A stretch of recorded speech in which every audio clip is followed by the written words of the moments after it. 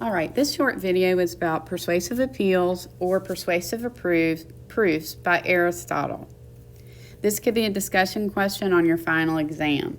Remember, Aristotle developed these particular persuasive proofs around the 4th century, and he outlined them in his most famous book named The Rhetoric. Make sure you know this because that's going to be a fill in the blank on your final exam.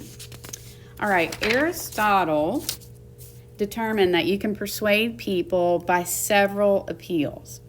And once you've chosen your basic structure of your persuasive speech, you have to decide what type of appeals that you're going to use to try to get someone persuaded to agree with you or to take action or to change their mind.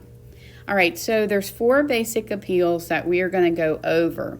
Logos, and you can put a bracket around it, pathos, and ethos. These are considered major appeals. All right. Mythos is considered a minor appeal. All right. Also, you can put a star by logos because Aristotle favored logos over the other 3 appeals. And Aristotle was so insightful when he came up with this system of understanding persuasion that it still applies today. So it's really kind of cool that we are still using something that was developed around the 4th century when it comes to persuasion. So let's go over logos first. Remember, this is using the power of reasoning to get somebody to agree with you. This relies primarily on using facts, figures, and expert testimony. When using the appeal of logic, you appeal to the listener's ability to reason through statistics, facts, and expert testimony to reach a conclusion.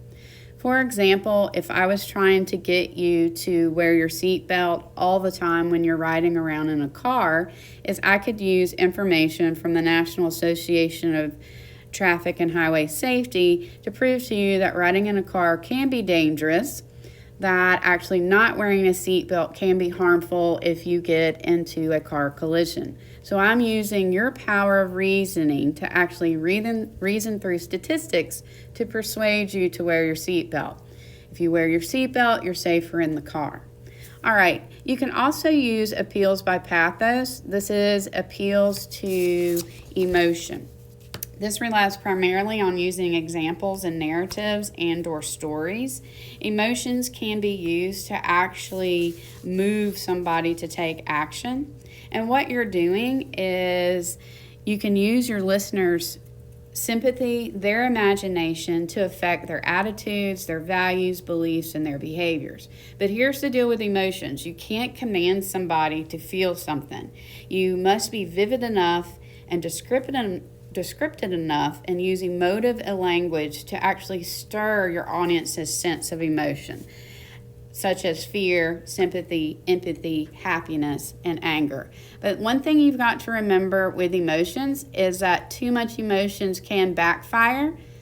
But also, if the audience feels like that you're faking it and you're a big fat liar, for example, like you're trying to cry, but you're not really being emotional about it, is that can actually do the opposite and you can lose credibility. The third one is appeals to ethos. We've talked about this the whole entire time this semester, as ethos deals with ethics. It's based on the speaker's competence, their integrity, the likability, and/or power. Ethos is the credibility inspired by the speaker's character, or what Aristotle calls their moral character.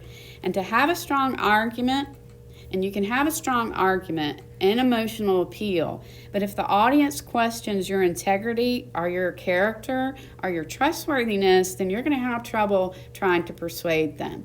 Again, if somebody believes that you're a liar, it doesn't matter what you do. If you have an awesome story that causes them to cry, or if you have all the logic and all the facts in the figure, if you can't establish your ethics, your integrity, and your competence, your persuasion is going to go downhill. The fourth one is mythos. This is actually considered a minor appeal by Aristotle. These appeals are based on shared historic narrative or cultural heritage.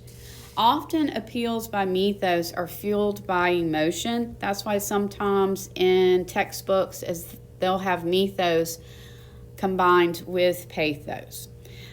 Also, what you can do, it actually can promote a sense of cultural identity. For example, here in the United States, since we're all experiencing this pandemic together, is that if I was trying to motivate you to donate to any type of resources to support healthcare workers, I could actually use the pandemic to actually bring us all together around this particular issue. Again, remember us talking about identification and identity. That goes along with the mythos appeal.